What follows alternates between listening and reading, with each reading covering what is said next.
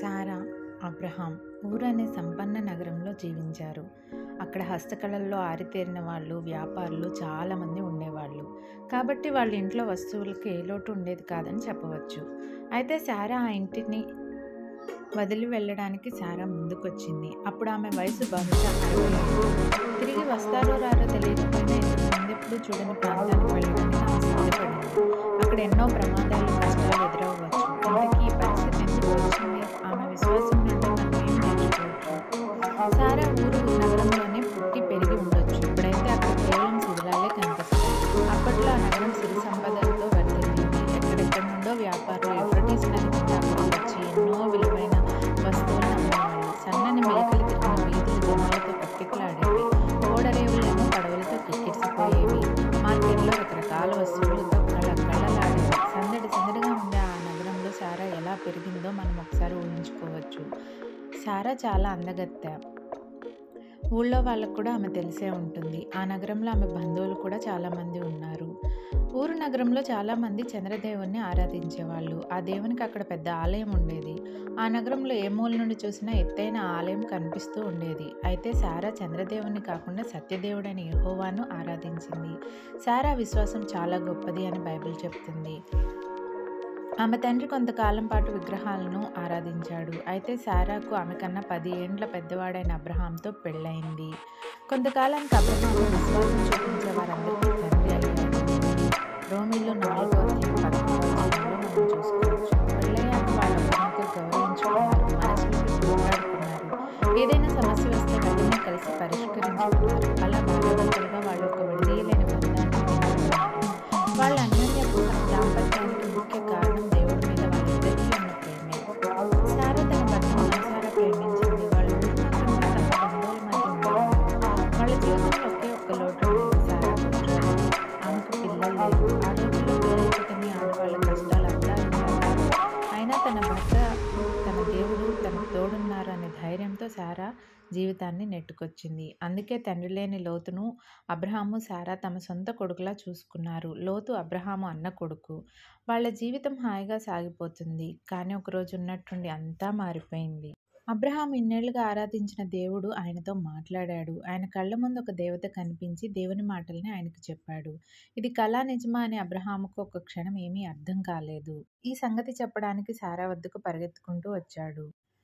నీ దేశాన్ని, నీ బంధువుల్ని విడిచిపెట్టి నేను నీకు చూపించబోయే దేశానికి వెళ్ళు. అపోస్తల కార్యం 7వ అధ్యాయము 2-3 వచనాల్లో మనం గమనించవచ్చు.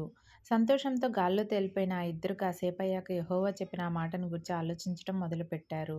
ఏ చీకు చింత లేని జీవితాన్ని విడిచిపెట్టి ఇప్పుడు వాళ్ళు పరదేశుల్లా ఊరూరా తిరగాలి. ఇంతకీ సారా ఏమంటుందా అని అబ్రహాము ఆమె వంకే చూశాడు. చెప్పాలంటే అది చాలా పెద్ద నిర్ణయమే. మరి సారా దానికి ఇష్టంగానే ఒప్పుకుంటుందా? సామాన్లన్నీ సర్దుకున్నారు. ఏవి పట్టుకెళ్ళాలి, ఏవి వదిలేయాలని సారా చాలా ఆలోచించి ఉంటుంది. ఒంటెల మీద, గాడిదల మీద వాళ్ళు తీసుకెళ్ళగలిగేవి మాత్రమే ఆమె సర్దుకోవాలి. పెద్దవి తీసుకెళ్తే వాళ్ళు ఊరూరా తిరిగేటప్పుడు కష్టమవుతుంది. వాళ్ళ దగ్గరున్న చాలా వస్తువులను అమ్మేసి ఉంటారు కదా, లేదా ఎవరికైనా ఇచ్చేసి ఉంటారు. ఇక మీదట జీవితం ఇప్పుడున్నట్టుండదు. కావలసినప్పుడల్లా మార్కెట్కి వెళ్ళి ధాన్యాన్ని, మాంసాన్ని, పండ్లని, బట్టలని, అవసరమైన వాటిని తెచ్చుకోవడం ఇక కుదరదు. అన్నిటికీ మించి బహుశా ఆ ఇంటిని వదిలేసి రావడం సారాకి ఇంకా కష్టమై ఉంటుంది. పురావస్తు తవ్వకాల్లో ఊరు నగరంలోని కొన్ని ప్రాచీన ఇళ్లు బయటపడ్డాయి. ఆ ఇళ్లలో సకల సౌకర్యాలు ఉండేవి. కొన్ని ఇళ్లలో 12 కంటే ఎక్కువ గదులుండేవి. నీళ్ల కోసం పైప్ లైన్లు ఉండేవి. సారా ఇప్పుడు అవన్నీ వదులుకోవాల్సిందే. కానీ ఇప్పుడు ఆమె గుడారాల్లో ఉండాలి. మరి దొంగల నుండి భద్రత ఉంటుందా? దానికి తోడు ఆ రోజుల్లో వాళ్ళు వెళ్లే చోట సింహాలు, చిరుతపులులు, ఎలుగుబంట్లు, తోడేళ్లు కూడా ఉండేవి. ఊరు నగరంలో సారాకు అన్నదమ్ములు, అక్క చెల్లెళ్ళు, పిన్నులు, బాబాయిలు, అత్తమామలు అందరూ ఉండుంటారు కదా. ఇంతకాలం వాళ్ళతో ప్రేమానురాగాలు పంచుకున్న సారా ఇక మీదట మళ్ళీ వాళ్ళని చూస్తుందో లేదో కూడా తెలీదు. అయినా సరే బయలుదేరింది. వాళ్ళతో పాటు నాన్న తేరాహు కూడా బయలుదేరాడు. ముసలితనంలో ఉన్న ఆయన చూసుకోవడానికి సారా చాలా జాగ్రత్తలు తీసుకోవాలి. వాళ్లతో పాటు లోతు కూడా వస్తున్నాడు. వాళ్ళంతా కలిసి యెహోవా చెప్పినట్టే కల్దీయుల దేశం నుండి బయలుదేరారు. అపోస్తల కార్యం 7వ అధ్యాయం 4వ వచనంలో మనం గమనించవచ్చు. వాళ్ళంతా యూఫ్రటీస్ నది పక్కన ఉన్న దారిలో వాయువ్య దిశగా దాదాపు 960 కిలోమీటర్లు ప్రయాణించి హారానుకు చేరుకున్నారు. వాళ్ళు అక్కడ కొంతకాలం పాటు ఉన్నారు. బహుశా వృద్ధాప్యం వల్ల ఆరోగ్యం క్షీణించడంతో తేరాహు ఈ ప్రయాణం చేయలేకపోయాడు. తేరాహు చనిపోయాడు. అప్పటిదాకా వాళ్ళు అక్కడే ఉన్నారు. వాళ్ళు హారాన్లో ఉన్నప్పుడు యెహోవా అబ్రహాంతో మళ్ళీ మాట్లాడి ఆ దేశాన్ని విడిచిపెట్టి తాను చూపించబోయే దేశానికి వెళ్ళమన్నాడు. ఈసారి వాళ్ళకి ఆశ్చర్యంలో ముంచెత్తి ఒక మాట ఇచ్చాడు, నేను నిన్ను గొప్ప జనంగా చేస్తాను అని. కానీ హారాన్ నుండి బయలుదేరే సమయంలో వాళ్ళకి ఇంకా పిల్లలు లేరు. అప్పటికి అబ్రహాం వయసేమో 75, సారా వయసేమో 65. మరి అబ్రహాం నుండి ఒక గొప్ప జనం ఎలా వస్తుంది? ఆయన ఇంకొకరిని పెళ్లి చేసుకుంటాడా? ఆ రోజుల్లో మగవాళ్ళు ఎక్కువ మందిని స్త్రీలను పెళ్లి చేసుకోవడం సర్వసాధారణం. అబ్రహాం కూడా అలా ఇంకో పెళ్లి చేసుకుంటాడా ఏంటి అని సారా ఆలోచించుంటుంది కదా. ఏదేమైనా వాళ్ళు హారాన్ నుండి బయలుదేరారు. అయితే ఈసారి వాళ్ళతో ఎవరెవరున్నారో గమనిద్దాం. వాళ్ళు హారాన్లో తాము సమకూర్చుకున్న వస్తువులన్నింటినీ, తాము సంపాదించుకున్న సేవకుల్ని తీసుకుని బయలుదేరారు అని బైబిల్ చెప్తుంది. ఆదికాండం 12వ అధ్యాయం 5వ వచనంలో. ఇంతకీ ఈ సేవకులు ఎవరు? వినడానికి ఇష్టపడే వాళ్ళందరితో అబ్రహాము, సారా తమ నమ్మకాల గురించి చెప్పి ఉంటారు. ఈ వచనంలో ఉన్న సేవకులు అనే మాట విగ్రహారాధన విడిచిపెట్టి అబ్రహాము, సారాలతో కలిసి యెహోవాను ఆరాధించిన ప్రజల్ని సూచిస్తుందని కొన్ని యూదా రచనలు చెప్తున్నాయి. ఒకవేళ అదే నిజమైతే తన దేవుని గురించి, నిరీక్షణ గురించి సారా బలమైన విశ్వాసంతో మాట్లాడుంటుంది అనడంలో సందేహమే లేదు. అదే ఆ ప్రజల్ని యెహోవా దగ్గరకు చేర్చింది. ఈ విషయంలో సారా నిజంగా మనకు మంచి ఆదర్శం. మనం బైబిల్లో ఏదైనా ఒక మంచి విషయాన్ని తెలుసుకున్నప్పుడు దాన్ని ఇతరులతో పంచుకుంటున్నామా? బహుశా క్రీస్తుపూర్వం 1943 నిసాను 14న వాళ్ళు యూఫ్రటీస్ నది దాటి దక్షిణం వైపు యెహోవా మాటిచ్చిన దేశంలోనికి అడుగుపెట్టారు. సారా అక్కడ రకరకాల ప్రకృతి అందాలను చూస్తూ మైమర్చిపోయింది. యెహోవా అబ్రహాముకు ప్రత్యక్షమై, నేను ఈ దేశాన్ని నీ సంతానానికి ఇవ్వబోతున్నాను. ఇక్కడ సంతానం అనే మాట వినగానే అబ్రహాముకు ఒక ముఖ్యమైన విషయం గుర్తొచ్చుంటుంది కదా. యెహోవా ఏదెను తోటలో సాతానును నాశనం చేయబోయే ఒక సంతానం గురించి చెప్పాడు. అంతేకాదు, ఇంతకుముందు హారాన్లో భూమి మీద ప్రజలందరూ అబ్రహాం నుండి వచ్చెదరని, ఆ జనం ద్వారా దీవెనలు పొందుతారని యెహోవా చెప్పాడు. యెహోవా అలా మాటిచ్చినంత మాత్రాన వాళ్ళకి ఇక ఏ కష్టాలు రావని కాదు. కనాను దేశంలో కరువు వచ్చింది. దాంతో అబ్రహాం కుటుంబము ఐగుప్తునకు వెళ్ళింది. ఒక ప్రమాదం పొంచి ఉందని ఆయన పసిగట్టాడు. అందుకే సారాతో ఇలా అన్నాడు, దయచేసి నా మాట విను. నువ్వెంత అందంగా ఉంటావో నాకు తెలుసు. ఐగుప్తీయులు నాతో పాటు నిన్ను చూసినప్పుడు ఖచ్చితంగా ఈమె ఇతని భార్య అని అంటారు. తర్వాత నన్ను చంపేసి నిన్ను మాత్రం బ్రతికినిస్తారు. కాబట్టి నీ వల్ల నాకు ఏ హాని కలగకుండా ఉండేలా దయచేసి నువ్వు నా చెల్లివని చెప్పు. అలా చేస్తే నువ్వు నా ప్రాణాన్ని కాపాడిన దానివి అవుతావు. అదేంటి, అబ్రహాం ఎందుకు అలా అన్నాడు? అబ్రహాం పిరికివాడని లేదా ఆయన అబద్ధం ఆడాడని కొంతమంది తప్పుపడుతుంటారు. కానీ అది నిజం కాదు. సారా అబ్రహాంకు వరుసకు చెల్లెలవుతుంది. అబ్రహాము అలా జాగ్రత్త పడడానికి కారణం లేకపోలేదు. దేవుడు మాటిచ్చినట్టు అబ్రహాం నుండి ఒక ప్రత్యేకమైన సంతానం, అలాగే ఒక జనం రావడమే అన్నిటికన్నా ముఖ్యమని వాళ్ళిద్దరికీ తెలుసు. దానికోసం అబ్రహాము క్షేమంగా ఉండాలి. ఒక వ్యక్తిని ఐగుప్తీయులు తీసుకువెళ్ళేటప్పుడు ఆమె భర్తను చంపేయడం ఎన్నోసార్లు జరిగిందని చరిత్ర రుజువు చేస్తుంది. అందుకే అబ్రహాం తెలివిగా నడుచుకున్నాడు. సారా కూడా ఆయన చెప్పిన మాటను వినయంగా ఒప్పుకుంది. చివరికి అబ్రహాం అనుకున్నట్టే జరిగింది. ఆ వయసులో కూడా సారా ఎంతో అందంగా ఉండడంతో ఫరో ఉన్నతాధికారులు కొంతమంది గమనించి వాళ్ళు ఆ విషయం ఫరోకు చెప్పినప్పుడు వెంటనే ఆమెను తీసుకురమ్మని ఆజ్ఞాపించాడు. అప్పుడు అబ్రహాం ఎంత ఆందోళన పడి ఉంటాడో, సారా ఎంత భయపడి ఉంటుందో. అయితే అక్కడ ఆమెను ఒక బందీగా చూడలేదు, కానీ రాజ మర్యాదలు చేశారు. తన ఐశ్వర్యమంతా చూపించి ఆమె మనసు దోచుకోవాలని, తర్వాత అబ్రహాంతో మాట్లాడి ఆమెను తన భార్యగా చేసుకోవాలని ఫరో అనుకున్నాడు. ఆదికాండం 12వ అధ్యాయం 14 నుండి 16 వరకు మనం చూడవచ్చు. ఆ రాజభవనం కిటికీలో నుండి లేదా బాల్కనీలో నుండి సారా ఐగుప్తు దేశాన్ని చూడడం, ఇంతకాలం గుడారిలో ఉండి ఇప్పుడు ఈ అందమైన రాజభవనంలో ఉన్నప్పుడు సారాకి ఎలా అనిపించి ఉంటుంది? ఇక్కడ ఆమెకు ఒక మంచి విందు భోజనం పెడుతున్నారు. ఇంతకుముందు ఊరు నగరంలో ఆమె గడిపిన జీవితం కన్నా ఎన్నో రెట్లు విలాసవంతమైన జీవితం ఆమె కళ్ళ ముందుంది. సారా ఆ రాజభోగాలపై మనసుపడి ఉంటుందా? సారా వీటన్నిటికీ ఆశపడి అబ్రహాంను వదిలేసి ఫరోను పెళ్లి చేసుకుంటే సాతాన్ ఎంత సంతోషపడే ఉండేవాడు కదా. కానీ సారాకు అలాంటి ఆలోచన కల్లో కూడా రాలేదు. ఆమె తన భర్తకు, తన దేవునికి నమ్మకంగా ఉంది. విలువలు అనేవి పూర్తిగా పడిపోయిన మన కాలంలో భార్యాభర్తలందరూ అలా నమ్మకంగా ఉంటే ఎంత బాగుంటుంది. ఫరో సారాని తీసుకెళ్ళినప్పుడు యెహోవా చూస్తూ ఊరుకోలేదు. ఆమెను కాపాడడం కోసం ఫరోని, అతని ఇంటి వాళ్ళను తీవ్రమైన జబ్బులతో బాధించాడు. సారా అబ్రహాం భార్య అని ఫరోకు తెలిసి అతను వెంటనే ఆమెను తన భర్తకు అప్పగించాడు. వాళ్ళిద్దరూ ఐగుప్తు నుండి వెళ్ళిపోమని ఆజ్ఞాపించాడు. తాను ప్రాణంగా ప్రేమించిన తన భార్య తిరిగి వచ్చినప్పుడు అబ్రహాం ఎంత సంతోషించుంటాడో కదా. ఇంతకుముందు అబ్రహాం తన భార్యతో ఏమన్నాడో గుర్తు చేసుకుందామా? నువ్వెంత అందంగా ఉంటావో నాకు తెలుసు. శారాతి పైపైన కనిపించే అందం మాత్రమే కాదు, కానీ మనసు కూడా ఎంతో అందమైనది అని అబ్రహాంకు తెలుసు. అందుకే ఆమె అంటే ఆయనకు అంత ఇష్టం. మనుషులు పైకి ఎంత అందంగా ఉన్నారన్నది కాదు, వాళ్ళ హృదయం ఎంత అందంగా ఉందో యెహోవా చూస్తాడని 1 పేతురు 3వ అధ్యాయం 1-5 వచనాల్లో మనకు పేతురు గారు చెప్తున్నారు. మనం కూడా ఆ అందాన్ని సంపాదించుకోవాలి. మనకున్న జ్ఞానాన్ని ఇతరులతో పంచుకుంటూ ఎలాంటి ఆశలకు లొంగిపోకుండా దేవుడు కోరుకున్నట్లు మంచి విలువలను పాటిస్తే మనం కూడా శారా లాంటి విశ్వాసాన్ని చూపించిన వాళ్ళమవుతాం. ఆ తరువాత వారు బేతేలు లేదా కనానీయుల లూజు అని పిలిచే ఎత్తైన ప్రాంతంలో గుడారాలు వేసుకున్నారు. 2000 సంవత్సరాల తర్వాత అపోస్తలుడైన పౌలు ఏమి వ్రాయడానికి ప్రేరేపించబడ్డాడో తెలుసా? శారా మరియు అబ్రహాము విశ్వాసం గురించి మాట్లాడుతూ ఆయన ఇలా అన్నాడు. వారు తాము బయలుదేరిన ప్రదేశాన్ని జ్ఞాపకం చేసుకుని ఉంటే హెబ్రీలు 11వ అధ్యాయంలో చూడొచ్చు. శారా కానీ అబ్రహాం కానీ గతాన్ని ఎంతో ఆశతో చూసుకోలేదు. వారు అలాంటి ఆలోచనలో మునిగిపోయి ఉంటే వెనుకకు చూసే బదులు శారా ముందుకు చూసింది. కాబట్టి ఆమె తన భర్త దేశంలో తన నివాసంలో ఉన్నప్పుడు అతనికి మద్దతిస్తూ గుడారాలు సర్దుకోవడంలో, మందలతో పాటు వెళ్లడంలో, గుడారంలు ఏర్పాటు చేయడంలో సహాయం చేస్తూనే ఉంది. ఆమె మరిన్ని సవాళ్లను, మార్పులను భరించింది. యెహోవా అబ్రహాముకు తన వాగ్దానాన్ని పునరుద్ధరించాడు. చివరికి శారా తన మనసులో రూపొందుతున్న ఒక ప్రణాళిక గురించి అబ్రహాంతో మాట్లాడాల్సిన సమయం ఆసన్నమైందని నిర్ణయించుకుంది. ఆమె ముఖంలో విరుద్ధమైన భావోద్వేగాలు కనిపించాయి. దయచేసి ఇప్పుడు యెహోవా నన్ను పిల్లలు కనకుండా చేశాడు. ఆ తర్వాత ఆమె తన భర్తను తన సేవకురాలైన హాగర్ ద్వారా పిల్లలకు తండ్రిని చేయమని అడిగింది. తన భర్తను అలా అడగడంలో శారా ఎంత బాధను అనుభవించిందో నేడు మనకు ఇది వింతైన అభ్యర్థనగా అనిపించవచ్చు. కానీ వారసుడు కనడానికి పురుషుడు రెండవ భార్యను లేదా ఉపపత్నిని తీసుకోవడం ఆ కాలంలో అసాధారణమేమీ కాదు. ఈ విధంగా అబ్రహాం ద్వారా వారసులను ఉత్పత్తి చేయాలనే దేవుని సంకల్పం నెరవేరుతుందని శారా భావించుండొచ్చు. ఆమె కష్టమైన త్యాగం చేయడానికి సిద్ధపడింది. అబ్రహాము ప్రతిస్పందన ఏమిటి? అతను చెప్పింది విన్నాడు. శారాను అలాంటి ప్రతిపాదన చేయడానికి యెహోవా ప్రేరేపించాడని సూచిస్తుందా? కాదు. బదులుగా ఆమె ప్రతిపాదన చాలా మానవీయ దృక్పథాన్ని వెల్లడిస్తుంది. తన కష్టాలకు దేవుడే కారణమని ఆమె భావించి, ఆయనకు మరో పరిష్కారం ఉందని ఆమె ఊహించలేకపోయింది. శారా సొంత పరిష్కారం ఆమెకు బాధను, ఇబ్బందులను తెచ్చింది. అయినప్పటికీ ఆమె ప్రతిపాదన ప్రశంసనీయమైన స్వార్థం లేకపోవడాన్ని చూపించింది.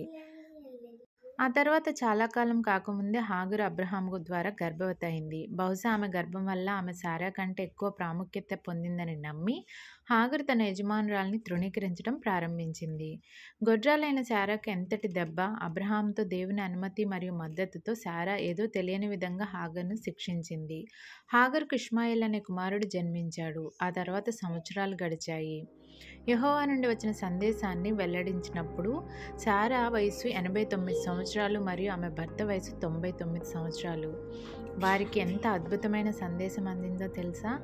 యెహోవా తన స్నేహితుడైన అబ్రహాముకు అతని సంతానాన్ని పెంచుతానని వాగ్దానం చేశాడు. దేవుడు ఆ వ్యక్తి పేరును కూడా మార్చాడు. ఇప్పటి వరకు అతన్ని అబ్రాము అని పిలిచేవారు, కానీ యెహోవా అతనికి అబ్రహాము అని పేరు పెట్టాడు, బహుజనులకు తండ్రి అని. మొదటిసారిగా శారా చిత్రంలో ఎక్కడ సరిపోతుందో యెహోవా చూపించాడు. బహుశా వివాదాస్పదం అనే అర్థమున్న ఆమె పేరును శారాగా మార్చాడు. అది మనందరికీ సుపరిచితమైన పేరు. శారా అంటే రాజకుమారి. ఈ ప్రియమైన స్త్రీకి ఆ పేరును ఎందుకు దేవుడు ఎంచుకున్నాడో యెహోవా వివరించాడు. నేను ఆమెను ఆశీర్వదిస్తాను, ఆమె ద్వారా నీకు ఒక కుమారుణ్ణి ఇస్తాను, నేను ఆమెను ఆశీర్వదిస్తాను, ఆమె జనములవుతుంది, ఆమె నుండి జనములు రాజులుగా వస్తారు అని ఆదికాండం 17వ అధ్యాయంలో చెప్పారు. అన్ని జనాంగాలను ఆశీర్వదించే సంతానం గురించి యెహోవా చేసిన నిబంధన శారా కుమారుని ద్వారా నెరవేరుతుంది. ఆ బాలుడికి దేవుడు ఎంచుకున్న పేరు ఇస్సాకు. దాని అర్థం నవ్వు. శారాకు సొంత బిడ్డను అనుగ్రహించాలనే యెహోవా సంకల్పం గురించి అబ్రహాము మొదట తెలుసుకున్నప్పుడు అతను సాష్టాంగపడి నవ్వాడు. ఆయన ఆశ్చర్యపోయాడు మరియు చాలా సంతోషించాడు. ఆ తర్వాత కొద్దిసేపటికి 3 అపరిచితులు అబ్రహాము గుడారానికి వచ్చారు.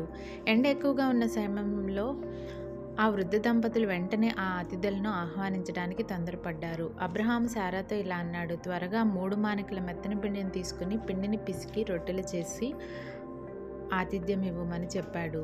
భార్యకు మొత్తం పనులు అప్పగించలేదు. అతను ఒక ఎద్దును వధించి మరిన్ని ఆహార పానీయాలను సిద్ధం చేయడానికి ఒక మనిషిని ప్రేరేపించాడు. ఆ పురుషులు యెహోవా దూతలుగా మారారు. అపోస్తలుడైన పౌలు ఇలా రాశాడు: ఆతిథ్యం ఇవ్వడం మర్చిపోకండి, ఎందుకంటే దాని ద్వారా కొందరు తెలియకుండానే దేవదూతలకు ఆతిథ్యం ఇచ్చారు అని. అబ్రహాము, శారాలు ఇచ్చిన ఆతిథ్యం యొక్క అద్భుతమైన ఉదాహరణను మనం అనుకరించగలం. ఆ ముగ్గురు దేవదూతల్లో ఒకరు శారాకు కుమారుడు జన్మిస్తాడు అని చెప్పినప్పుడు శారా నవ్వింది. శారా నవ్వడం ఆమెకు విశ్వాసం లేదని రుజువు చేసిందా? అస్సలు కానే కాదు. బైబిల్ ఇలా చెప్తుంది: విశ్వాసం ద్వారా శారా వాగ్దానం చేసిన ఆయనను నమ్మకమైన వాడని భావించి వయసు దాటిన తర్వాత కూడా పిల్లలను గర్భంన ధరించిన శక్తి పొందింది అని. శారాకు యెహోవా తెలుసు. ఆయన చేసిన ఏ వాగ్దానాన్నైనా ఆయన నెరవేర్చగలడని ఆమెకు తెలుసు. మనలో ఎవరికీ అంత విశ్వాసం అవసరం లేదు. మనం బైబిల్లోని దేవుడిని బాగా తెలుసుకుంటే చాలు. శారాకున్న విశ్వాసం సరైనది. యెహోవా నిజంగా నమ్మకమైన వాడు. ఆయన ప్రతి వాగ్దానాన్ని నెరవేరుస్తాడు. కొన్నిసార్లు ఆయన మనల్ని ఆశ్చర్యపరిచే విధంగా ఆశ్చర్యమైన లేదా నమ్మనాశక్యం కాని నవ్వుతో కూడా అలా చేయవచ్చు. 90 ఏళ్ల వయసులో శారా తన వయోజన జీవితమంతా కోరుకునే క్షణాన్ని చివరకు ఆస్వాదించగలిగింది. ఆమె తన ప్రియమైన భర్తకు ఒక కొడుకుని కంది. ఇప్పుడు అతనికి 1 శతాబ్దం వయసు. దేవుడు చెప్పినట్లుగానే అబ్రహాము ఆ బిడ్డకు ఇస్సాకు అని పెట్టాడు. మనం శారా జీవితాన్ని గమనించినప్పుడు ఆమె అలసిపోయినప్పటికీ ప్రకాశించే నవ్వుతో దేవుడు తన్ని నవ్వించాడు.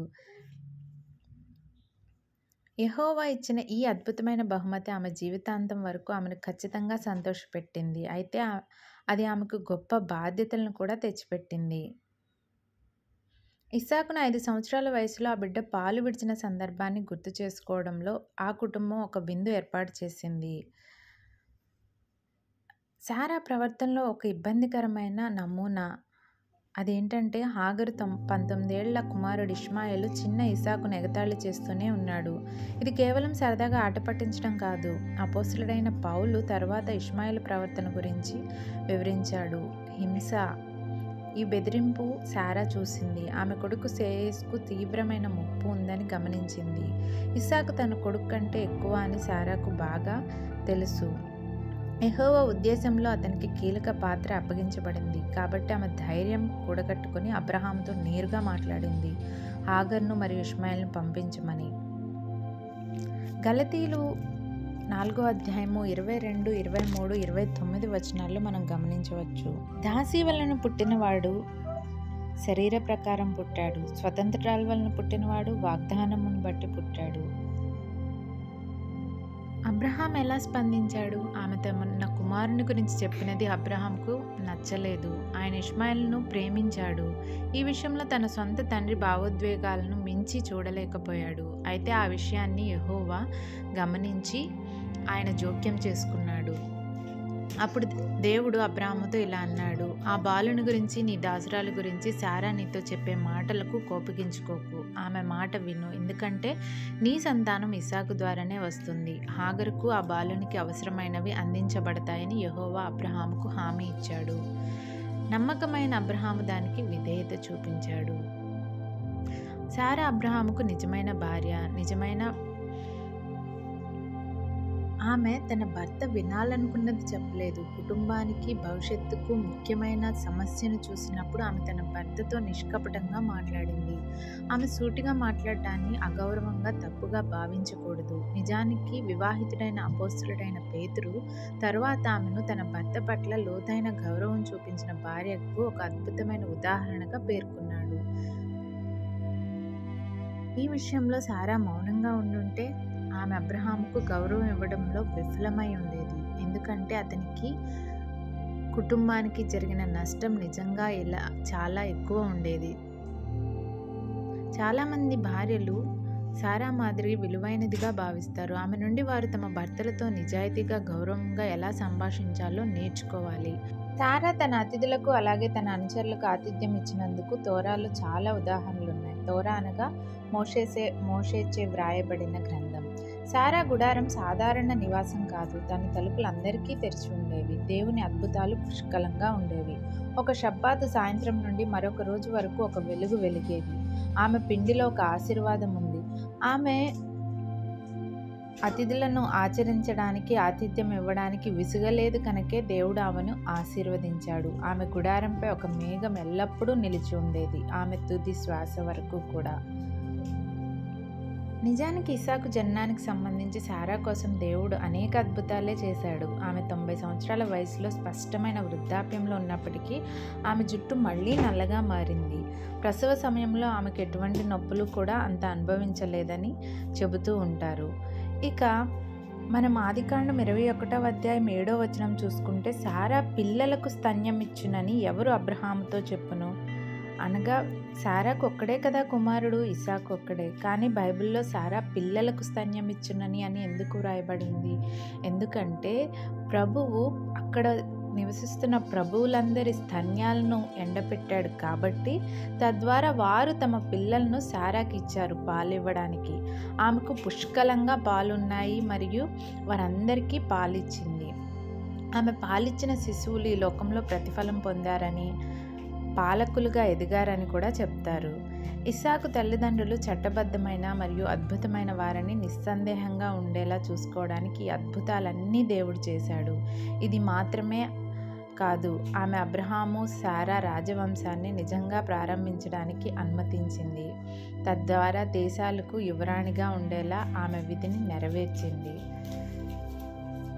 ఆమె జీవితంలో చాలా తక్కువ కాలం తల్లిగా ఉన్నప్పటికీ ఆమె ఎప్పటికీ ఒక దేశానికి తల్లిగా పిలువబడుతుంది. ఆమె బలం మరియు అంతర్దృష్టి కారణంగా ఆమె ప్రపంచాన్ని మార్చిన ప్రదేశాన్ని విడిచిపెట్టింది.